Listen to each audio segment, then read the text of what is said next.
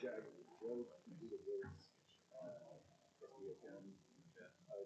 calling Reginald, but it didn't get a voicemail, so I sent him an email hoping it's the email address.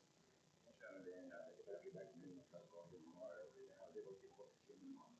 So we called him and we'll be sending his to him, and then there should be good to go. Those are the last three steps.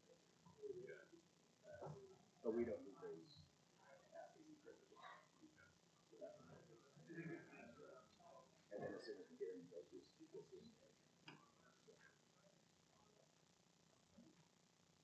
I'm really excited to hear that you will. This is a brand new. Yeah, version of it. It's a really nice one. We have one login, and we have that account as an option. Yeah, you'll be able to, you'll log in. Once you get to Starlight, that's where you'll access it. Yeah, so you actually, it might take you to a separate web. Actually, you'll have to separate version, but it will be through the Starlight. All through Starlight. And then from the plan sponsor side, we'll have a couple of logins for the next few months. But we're going to be rolling out what's called Unity and set up to be a single service sign on for plan sponsor access. This is a lot of areas. Just plan on the 4 hours since it goes on. I'll be that and update other stuff. Stick around because some people are so I know there is some.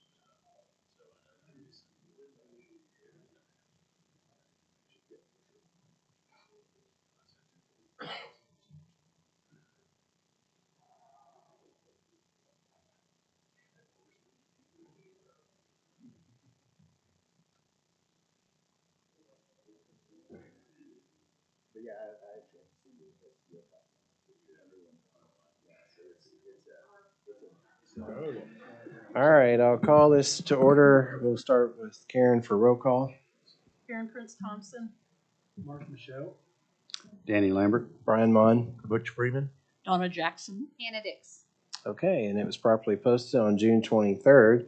Is there a motion to approve the minutes of May 23rd? Move to approve. Second. All in favor, say aye. Aye. Any individual consideration on the consent docket? If not, is there a motion? Move approval of consent docket. Second. All in favor, say aye. Aye. And then Danny, our Okie forfeiture report. Yeah, we ended the month of May with a balance of $991,000. Projecting out the last month, we should end the year with a little over $1 million in forfeitures. Okay, any questions? Is there a motion to receive his report? The report wasn't in the package, Danny. Did you know that? You are correct. I'm sorry about that. It is not attached. Do we have one that can go up on the screen? I'd like to at least see it. I can make that happen. I don't have one available, but I can make it happen pretty quick.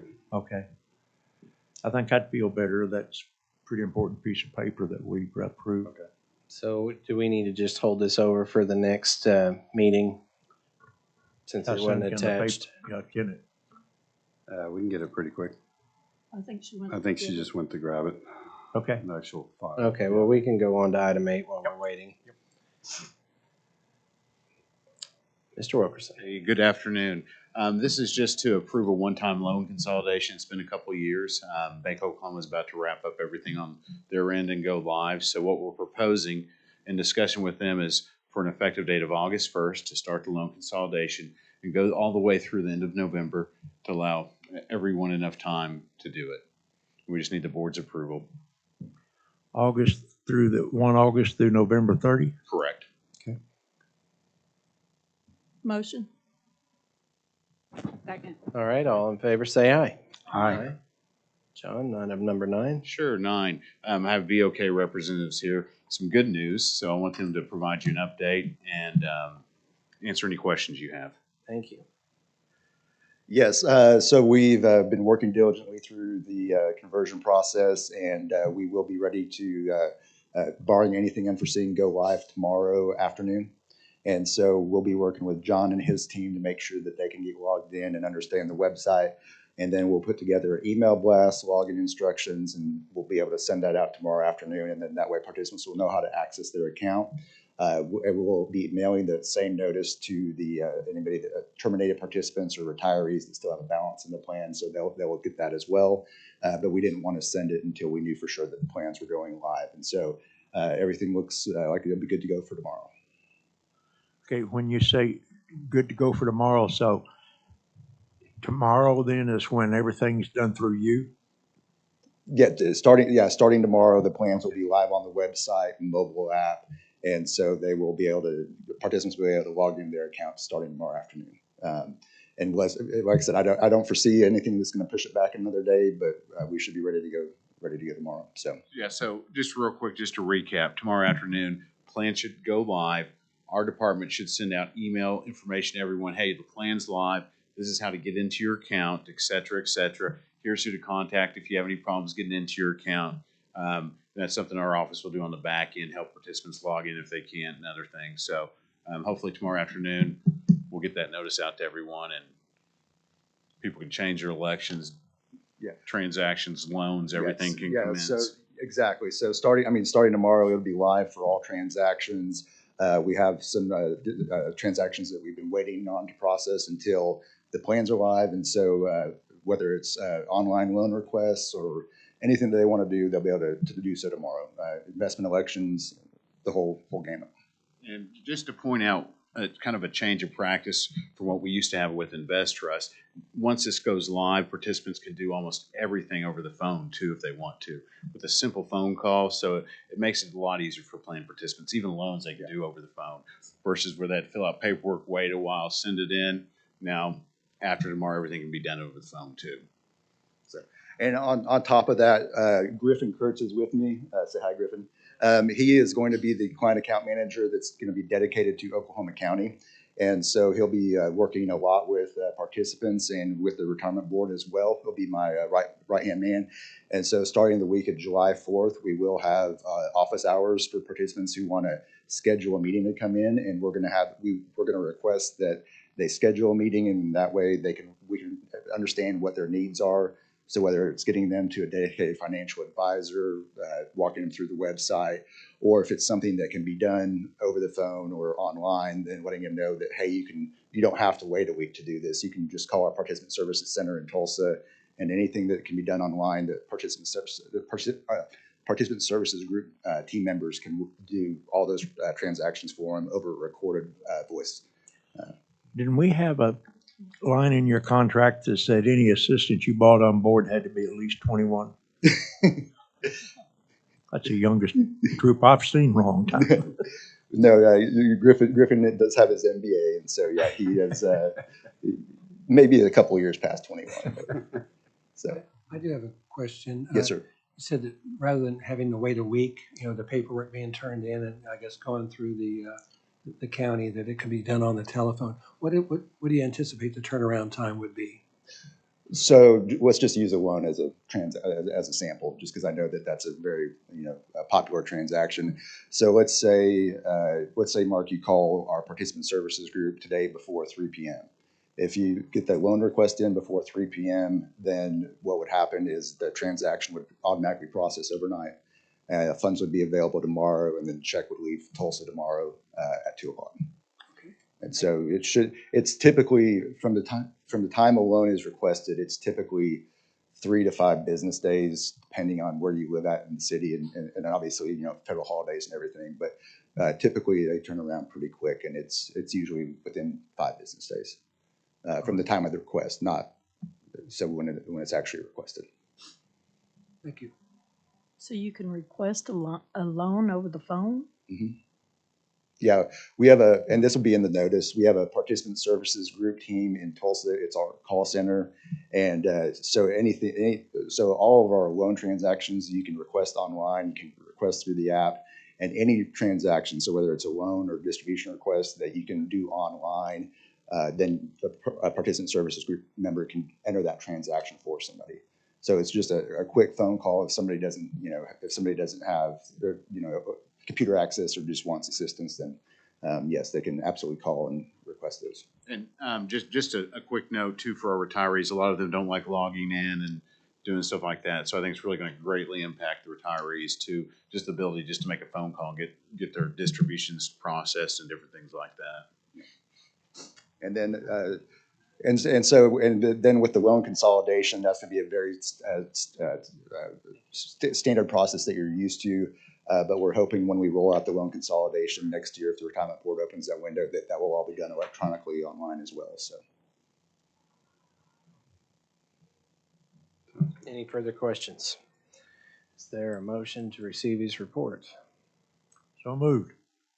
Second. All in favor, say aye. Aye. Thank you very much for your Thank you time. very much. Appreciate your work. Nice to meet you. Okay, now we have the item for 8. We're ready to go back? Number 7, yes, sir. 7, excuse me.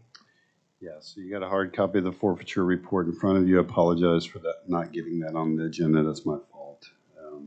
So I can make a motion that we receive the report before we go over it. Is there a second? Second. All in favor, say aye. Aye. So it's up on the big screen. Thank you, Cassie. Like I said, $991,000 balance into May, and we've got 1 month just to average out to estimate a little over $1 million. $800,000 came out of this forfeiture for the defined benefit plan during the year. So going into next year, we've got plenty of money to pay all the mutual fees for next year. Is there a motion to accept the report for item 7? So moved. Second. All in favor, say aye. Aye. Back to item 10. Mr. Treasurer. Yes, sir, Mr. Chairman. This is our defined benefit retirement system investment policy for the coming fiscal year. This was presented back a week or so ago, went across the Board of County Commissioners and was formally approved by the Board of County Commissioners. And this is coming, I asked Mark to put this on for this board just so A, you'd have a copy of it, and B, know that, it has been done complying with law as required by law. There is no change with this year's investment policy versus last year's. So with that, I would move that the board accept it. Second. Okay, all in favor, say aye. Aye. All the retirement plans have everything in order? They do. There's one unique one on 14.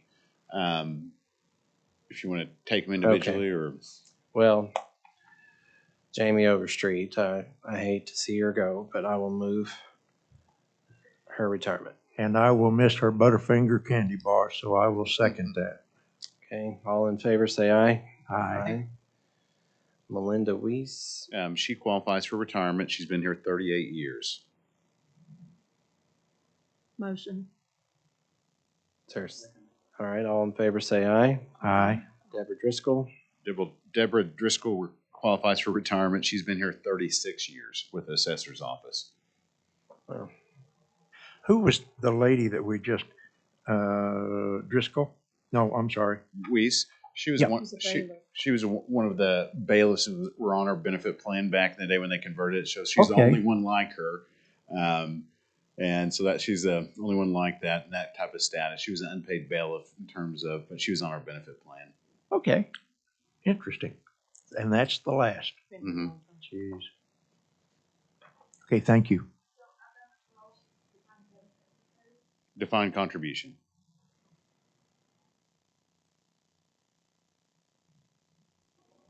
Okay, She was.